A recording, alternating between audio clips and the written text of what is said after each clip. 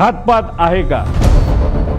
मला सुद्धा शंका आहे. तुला मग मोसाद माहिती का? म्हटलं माहिती आहे. मग त्याचं काय? ते म्हणले हे पुस्तक बघ. देगन नावाचा जो माणूस आहे तो एक एजंट आहे. एजंट म्हणजे कोण? जो एखाद्या व्यक्तीला असॅसिनेट नाहीतर एखाद्या व्यक्तीला मारायचं असेल प्लॅनिंगली तर हा तो डेगन नावाचा एजंट आहे. एखाद्या व्यक्तीला आपल्याला जर मारायचं असेल तर सगळ्यात सोपा मार्ग कुठला असेल तर त्या व्यक्तीचा जो चालक आहे त्याला जर आपण मारलं तर विषय संपला. गेले 13 दिवस मला तरी तिथं झोप लागलेली नाही आणि कदाचित जोपर्यंत ह्या गोष्टी सापडत नाही, क्लिअर होत नाही, तोपर्यंत झोप लागणार नाही आणि मी झोपणार सुद्धा त्याच्यामध्ये नाही. घातपात आहे का? मला सुद्धा शंका आहे की कदाचित हे घातपात असू शकतं. का? तर हे पुढच्या काही स्लाइड्समध्ये मी आपल्या सर्वांना सांगतो. आता याच्यामध्ये आम्ही जेव्हा हा रिसर्च करत होतो, चर्चा करत होतो, ते एक सिक्युरिटी एरियामध्ये काम केलेला व्यक्ती, माजी अधिकारी, तो माझ्याकडे आला. त्याने मला सांगितलं, तुला इस्रायल माहिती आहे का? मी म्हणलं माहिती आहे. तुला मग मोसाद माहिती का? म्हणलं माहिती आहे. मग त्याचं काय? ते म्हणले हे पुस्तक बघ. मी म्हणलं बर, मग या पुस्तकाचं काय? ते म्हणले त्या पेजवर तू जा आणि त्या पेजवर एक लाईन आहे, ती लाईन तू त्या ठिकाणी वाच. ती कुठली लाईन आहे? ती ही लाईन आहे. तू त्या ठिकाणी वाच. ती कुठली लाईन आहे? ती ही लाईन आहे. आता डेगन नावाचा जो माणूस आहे तो एक एजंट आहे. एजंट म्हणजे कोण? जो एखाद्या व्यक्तीला असॅसिनेट नाहीतर एखाद्या व्यक्तीला मारायचं असेल प्लॅनिंगली तर हा तो डेगन नावाचा एजंट आहे. त्याचं सगळ्यात उत्कृष्ट पद्धत मारायची काय असते त्या डेगन नावाच्या पुस्तकात दिलेलं आहे की sometimes it's most effective to kill the driver and that's that. त्याचा अर्थ की एखाद्या व्यक्तीला आपल्याला जर मारायचं असेल तर सगळ्यात सोपा मार्ग कुठला असेल तर त्या व्यक्तीचा जो चालक आहे त्याला जर आपण मारलं तर विषय संपला. आता गाडीत असेल तर ड्रायव्हर, मोटरसायकलला असेल तर रायडर आणि विमानात असेल तर पायलट, असं म्हणायला काय हरकत आहे. पुढं आता घातपात, आता ही राज्यभरात चर्चा आहे. ह्याच्या खोलात जावं लागेल, ह्याच्या डिटेलमध्ये जाऊन माहिती घ्यावी लागेल, रिसर्च करावं लागेल.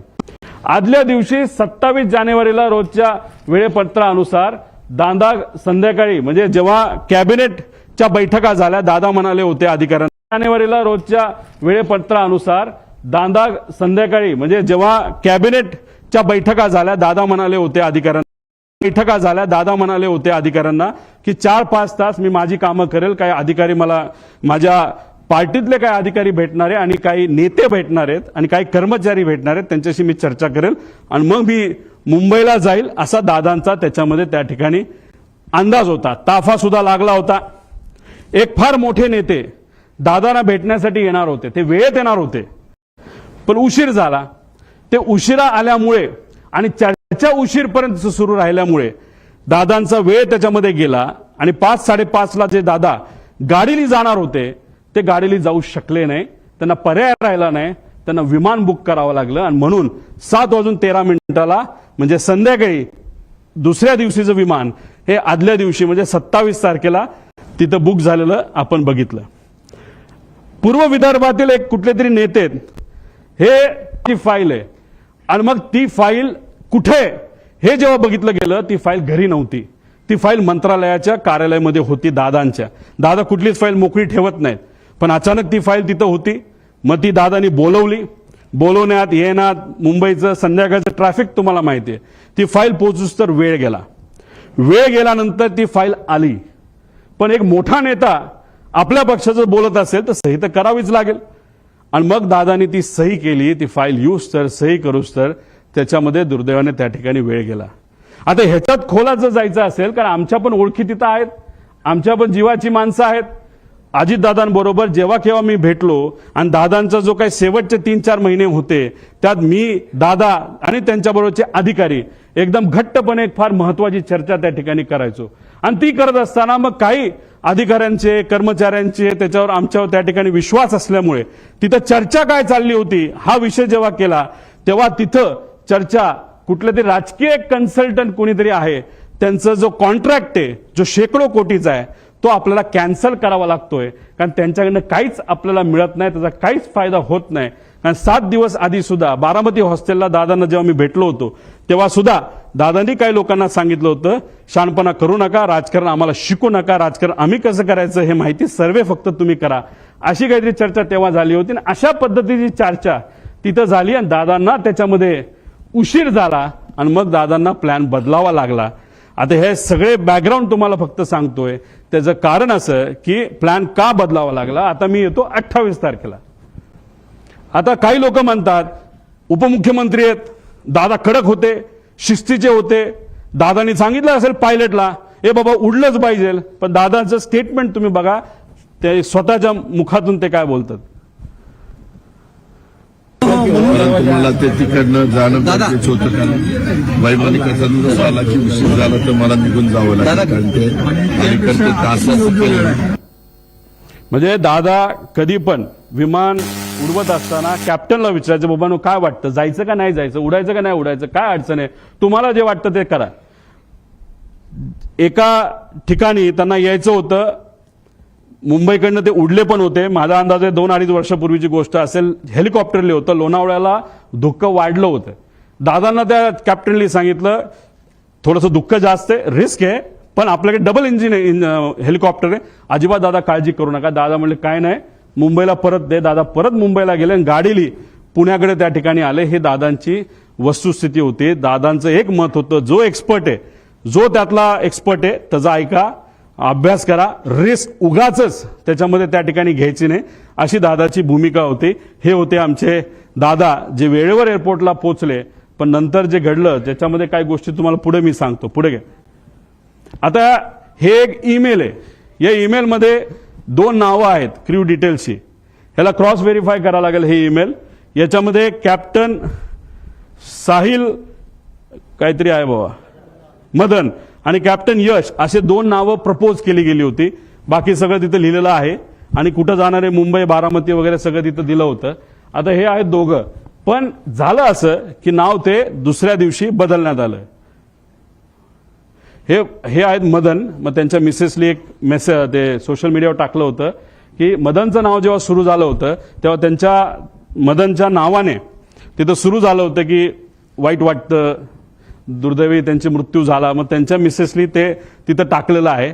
आता हे दोघांची नावं होती, पण मग हे त्यांना त्या ठिकाणी नियुक्ती झाली, म्हणजे पाठक आणि कपूर यांचं नाव तिथं आलं. तर मग आमचा विषय आहे, आणि कधीच तुम्ही बघितलं असेल कपूरचे कुठला तरी मित्र कुठेतरी बोलत होता की बाबा नो कपूर आदल्या दिवशी बाहेरून आला होता भारताच्या, तो उडवणारच नव्हता, पण मग त्याला अचानक सांगितलं आणि मग त्याने उडवायला घेतलं विमान, असं तुम्ही कुठेतरी ऐकलं असेल. तर मग आमचा प्रश्न असा आहे की मग टेक ऑफ पूर्वी मुख्य पायलट हे का बदलले गेले आणि मग का असं नाव चेंज त्या ठिकाणी केलं गेलं.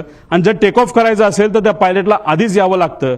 आणि तिथं असं सांगितलं होतं की हे 2 पायलट हे ट्रॅफिकमध्ये 6:30 वाजता सकाळी अडकलेत आणि ते येऊ शकत नाहीत, म्हणून दुसरे पायलट आम्हाला द्यावं लागला, अशी कुठेतरी एक स्टेटमेंट आम्ही सोशल मीडियावर आणि काही मीडियाच्या माध्यमातून तिथं ऐकली होती आणि काही अधिकाऱ्यांनी सुद्धा त्या ठिकाणी सांगितलं होतं. पुढे घ्या. आता हे व्यक्ती आहेत, 7 वाजता हे क्रू तिथं पोहोचलं. आता अप्रुव्हल कधी आलं तर 12:30 ओके, विमान मध्यरात्री 12-12:30 वाजता की विमान फायनल झालंय, क्रू फायनल झाली आणि त्यांनी सांगितलंय की ओके. सकाळी त्यांनी 7 वाजता मेसेज केला की क्रू हे एअरपोर्टला पोहोचले आहेत. मग आता प्रश्न आम्हाला असे निर्माण होतात. पुढे घ्या.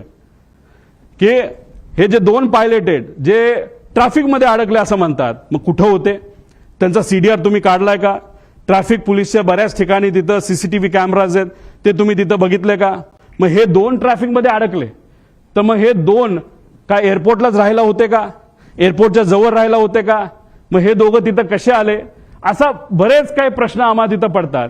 त्यानंतर ते आल्यानंतर ब्रेथ अनालिसिसची टेस्ट झाली का, ज्याच्यामध्ये आपल्याला ते जसं पोलिसांनी रात्री तुम्हाला पकडलं, तुम्ही पिलं असलं काय नसलं काय तुम्हाला ते फुंकावं लागतं, तसं हायली ॲडव्हान्स्ड ब्रेथ अनालायझर हे एअरपोर्टला असतात, डीजीसीएला दिलेले असतात. त्याचा फोटो सुद्धा निघतो, ते सीसीटीव्ही आहेत का, तोच तो होतो का, त्याचं ब्रेथ अनालिझर केलं का, तिथं कॅमेरा आहेत का, कॅमेराचा रेकॉर्ड कोणाकडे आहे, त्यानंतर विमानाकडे गेल्यानंतर तिथं चेक करत असताना ते रेकॉर्ड आहेत का. 7 वाजता ते पोहोचले असतील, दादा जर 8ला पोहोचले असतील तर 1 तासाचा वेळ आहे, त्यात त्यांनी विमानं चेक केली आहेत का, विमानात काय वेगळं ठेवलंय का, असे बरेच प्रश्न त्याच्यामध्ये आम्हाला त्या ठिकाणी निघतात. आणि हे सर्व गोष्टी आता बघण्याची जरूरत आहे असं आमचं मत आहे. आणि कोणतरी असं म्हणलं होतं की कपूर हे हाँगकाँगवरनं आले होते, मग ते खरंच आले होते का इंटरनॅशनल फ्लाईटवरनं, हे सुद्धा बघण्याची जरूरत आहे. कारण इंटरनॅशनल फ्लाईटवरनं जर एक व्यक्ती ज्याला दारू प्यायची खूप सवय असं ऐकलं होतं आणि पुढेही काही पुरावे त्याच्यामध्ये आहे, मग इंटरनॅशनल फ्लाईटवर दारू दिली जाते, मग तो पिऊन आला होता का, अशा सगळ्या गोष्टी बघण्याची जरूरत आहे. कदाचित त्यांच्या परिवाराला असं वाटत असेल मी काहीतरी वेगळं बोलतोय. मला त्यांना एवढंच सांगायचं, आमचा तो हक्क आहे. आम्ही परिवारातली लोक आहेत. आमच्या शंका जर असतील तर शंकेचं निरसन हे झालंच पाहिजे, कारण आम्ही आमचा माणूस गमावलेला आहे. तुम्ही तुमचा माणूस गमावलेला आहे. तुम्ही तुमची बाजू बघा, आम्ही आमची बाजू बघतो. पण आमच्या मनात ज्या शंका आहेत त्याला कुठं ना कुठंतरी उत्तर हे मिळालं पाहिजे. का गेले 13 दिवस मला तरी तिथं झोप लागलेली नाही आणि कदाचित जोपर्यंत ह्या गोष्टी सापडत नाही, क्लिअर होत नाही, तोपर्यंत झोप लागणार नाही आणि मी झोपणार सुद्धा त्याच्यामध्ये नाही.